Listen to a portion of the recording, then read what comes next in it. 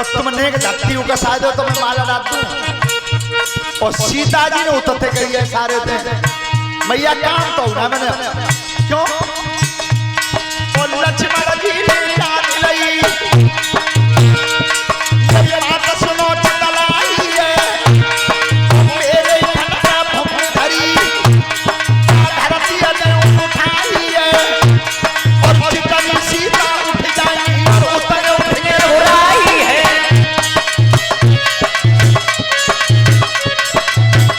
मैया काम नहीं मैंने चलो मैं पृथ्वी उठाऊं तो जितनी तुम ऊंची है जाओगे उतना ही भैया राम है जाएंगे पर माला नहीं पहनवाऊंगा। चतुराई क्या किया लक्ष्मण जी ने और यहाँ पे भैया राम खड़े पानी में गिरे भैराई है पैर पकड़ ले रघुवर के सोई बैठ गए रघुराई है चेत भरी है लक्ष्मण की कवल है राम उठाई है।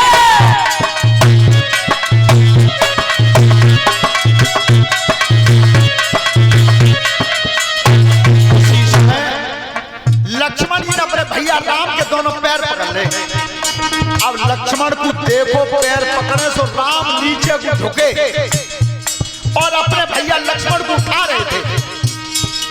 सोई लक्ष्मण ने इशारा दे दो मैया चार से बढ़िया मौका नहीं मिले समझ गए एक कदम आगे रख दिया।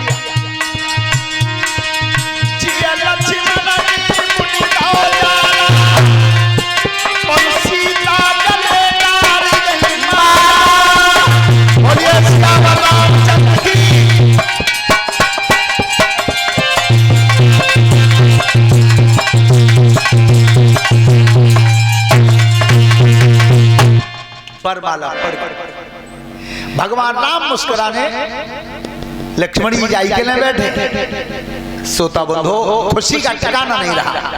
लेकिन सभी श्रोता बंधु ध्यान से सुने मोबाइल फोन जे अबे चलो जो तबऊ तो पहले वो अच्छा मोबाइल फोन नहीं हो तो विचार करो लेकिन वो हटा जो पहले मोबाइल हो तो वो अच्छे अच्छे ऋषियों के पास अच्छे अच्छे महान ऋषियों के पास। अच्छा मोबाइल ना हो तो धनुष टूटो जनकपुर में जनकपुर पड़ता नेपाल में और महेंद्रगिरी पर्वत पर दक्षिण में परशुराम तपस्या कर रहे थे। किसने बताया कि तुम्हारे गुरु का धनुष टूट गया है? लेकिन परशुराम जी 8 क्लास से अवतार थे और फरसा लेकर के आवा जब पता चल गया था कि मेरे गुरु का धनुष टूट गया है और परशुराम ने जब पैर रखा है भरे समाज में तो कई का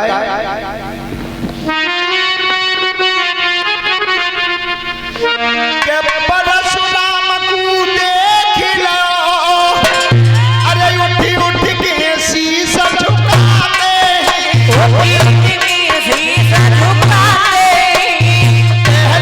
नाम पिता का है पीछे अपना बदलाते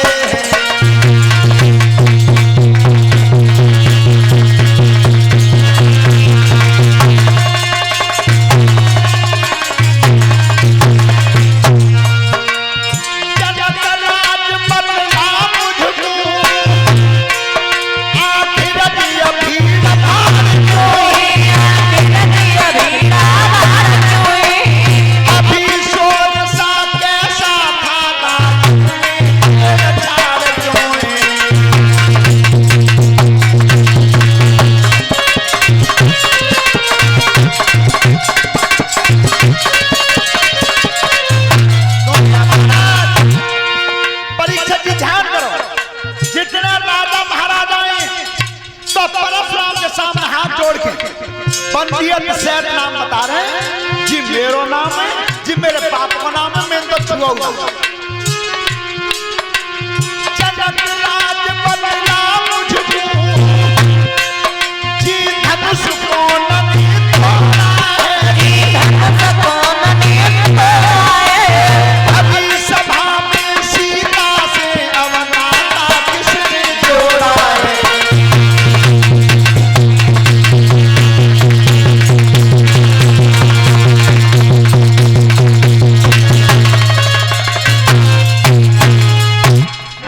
जिसने ये मेरा गुरु का धनुष जिसने तोड़ा हो,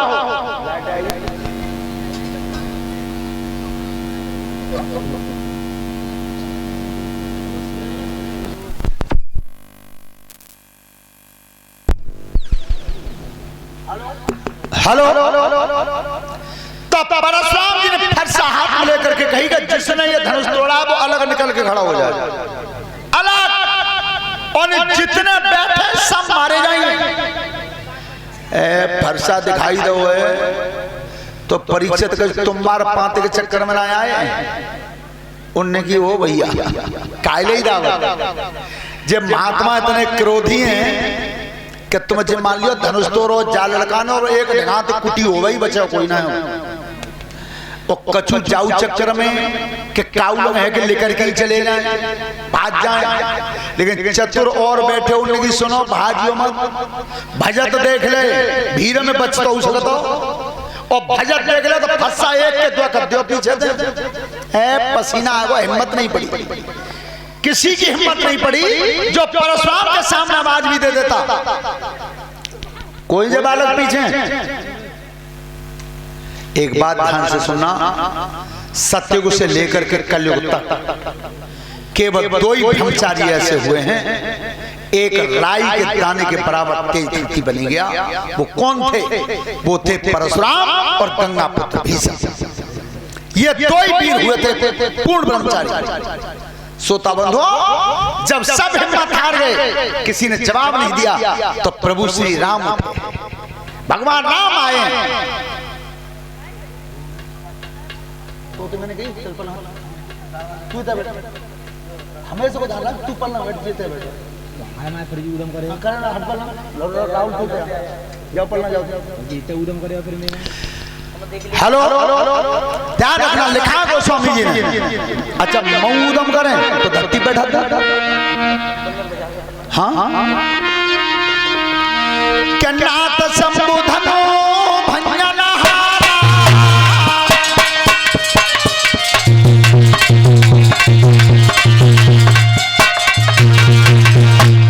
नाथ संबोधनो भंजन हारा, होए कोई कदा तुम्हारा।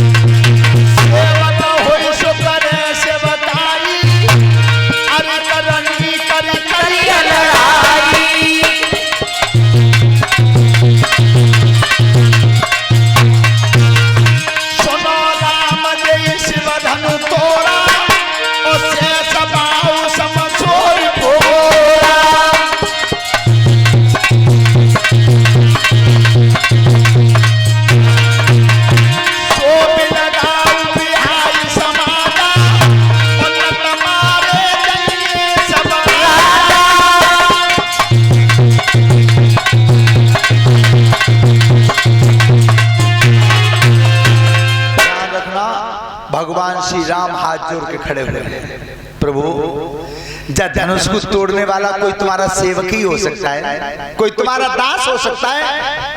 परशुराम कह रहे हैं जिसने ये धनुष तोड़ा नहीं है वो मेरे लिए सहस्त्र बाहु के समान दुश्मन है, मार दूंगा।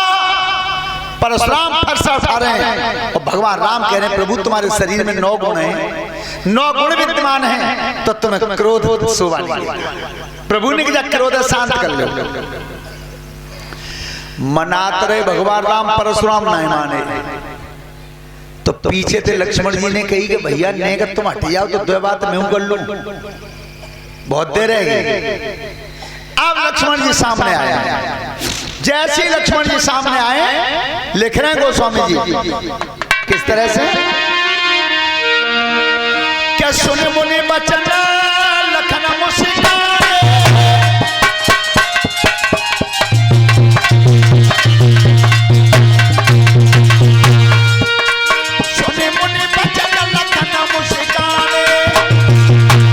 बोले परशुधर अपमाने,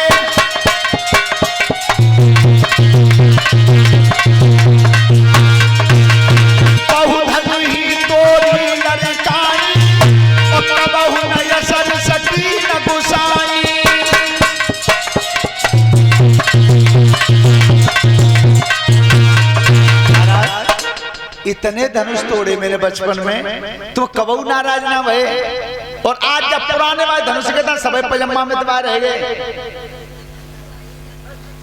एह धनु पर ममता कहे हेतु और सुन रिसाय कहे भृगुकुल हेतु।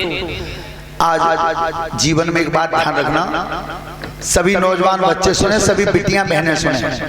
क्रोध जब जब आता है, गुस्सा जब आती है, तो बेटा बन काम अपनों ही बिगाड़ो हमेशा, दूसरे का नहीं बिगाड़ता। क्रोध जब आता है तो विवेक खत्म हो जाता है। और क्रोध आया परशुराम को, और लक्ष्मण जी संकेत कर रहे हैं कि पहलू तो तोड़े, कबू नाराज ना भये। कब कि जब परशुराम ने क्षत्रियों से भीन किया था धरती को, तो सब राजा महाराजाओं की हत्या छीन छीन के कुटी पे जमा कर दिए थे। तो उन हत्यारों की रगड़ से पृथ्वी बेचैन रहती थी। तो पृथ्वी बनी नारी और शेष को बनाया लड़का, और परशुराम की कुटी पे छोड़ के चली गई। परशुराम जब जंगल में चले गए तो बालक ने सब हत्या तोड़ के टुकड़ा कर करके सब जंगल में फेंक दिया। बात संकेत कर रहे, तब तो कबू नाराज ना भई तुम। और आज जब पुराने धनुष के तहत इतने नाराज हो, क्या बोले परशुराम के रे नब बालक काल बसा और बोलत कोई न समार।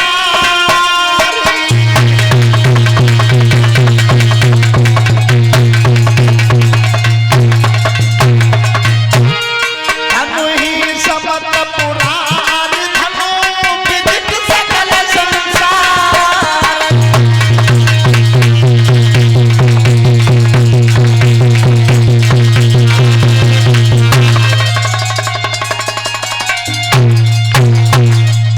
परशुराम कह रहे हैं, लड़के पहले तो जिगता तो बोलवे की तमीज है, जी धनुष उनके समान है। सोता बंदो क्रोध में कह रहे थे परशुराम जी, अभी चेत नहीं हो पाए। ध्यान रखना, क्रोध जब जब आता है तब तब अपना नाश करता है। और अब लक्ष्मण जी फिर बोले, परशुराम नहीं समझ पाए। कहा कि लखन कहा हंसी हमारे उतारा,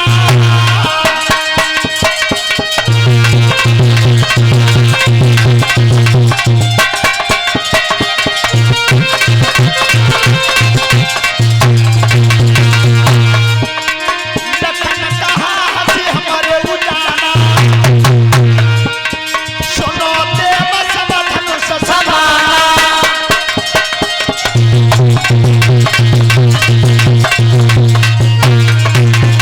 आठत लाभ दीनु धनु तोरे, और देखा राम नयन के भोरे।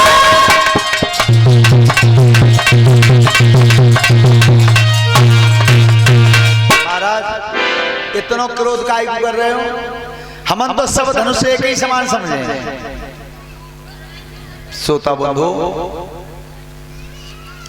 परशुराम जी क्रोध में एक ही बात का, विश्वामित्र जो दोनों लड़का त्यारे ही संग है, हमारा मेरे ही संग है, ये दशरथ के लड़का है राम और लक्ष्मण। परशुराम बोले इनकी योजना बढ़िया है, एक को आग लगाते हो, एक को पानी डालते हो, मार दूंगा।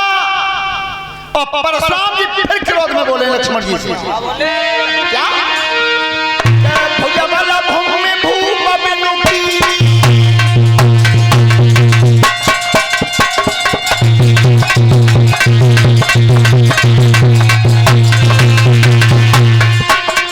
भुजबल भूमि भूप बिनु कीरी, और विपुल मान महि देवन तीरी।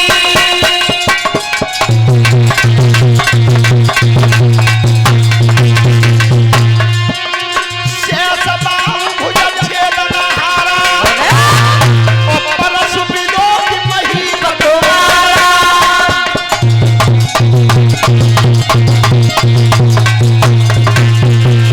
ध्यान रखना, परशुराम जी बार बार कह रहे हैं कि जब फरसा को निहार ये शेष बाहु की भुजाओं को काटने वाला है। ध्यान रखना,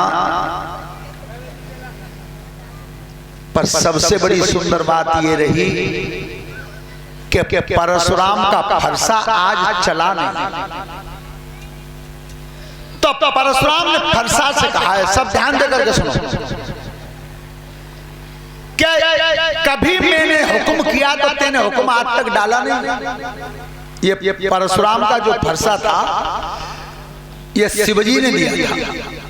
परशुराम के गुरु थे शिवजी भोलेनाथ, और इस फरसा का नाम था विद्युत। लेकिन तू आज तक कभी रुका नहीं, चाहे 1 लाख वीर क्षत्रिय है सामने, और अगर मैंने हुक्म कर दिया तो तू काट के लौटा। पर आज तू चला क्यों नहीं? बेटा बात मत करो। अब सुनो, फरसा में से आवाज आ रही है। फरसा जड़ है, चेतन नहीं है। और फिर भी फरसा से आवाज आ रही है, प्रभु वो दोष लगा रहे हो, मैं चलूं तो तब त्याग ये बाण उठे, क्योंकि फरसा भुजा में लगा हुआ है। तो परशुराम ने भुजा से कहा कि आज भुजा तू झूठी क्यों पड़ गई, आज तू चली क्यों नहीं, उठी क्यों नहीं? तो देखो उस भुजा ने शब्द क्या कहा है। अगर अच्छा लगे तो 8 कला से अवतार थे परशुराम जी, उनके नाम की ताली बजाना जोर से। क्या कहा था भुजा ने? परशुराम से कहा, प्रभु मैं इसलिए नहीं उठी आज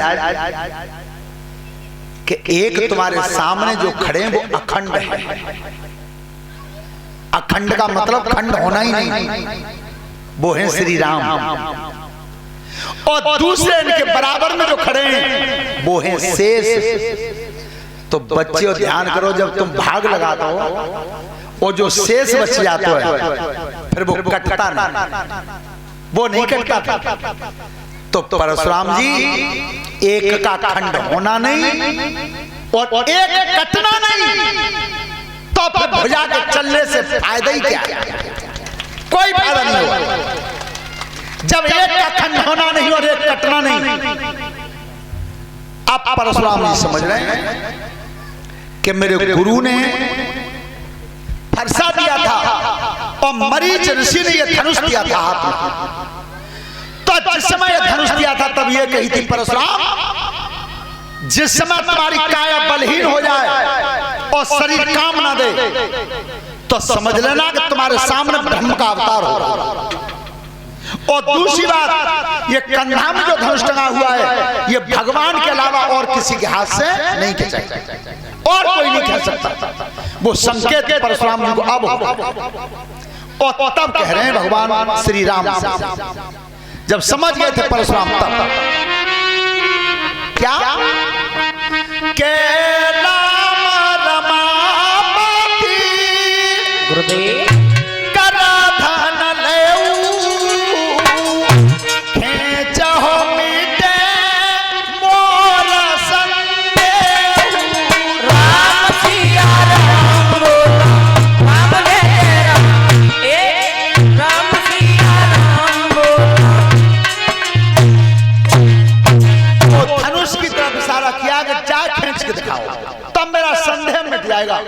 ध्यान रखना, वो धनुषी अपने आप उतर के चला गया और भगवान के हाथ में जब पहुंचा तो एक ही झटका में श्री राम ने उसे खींच दिया।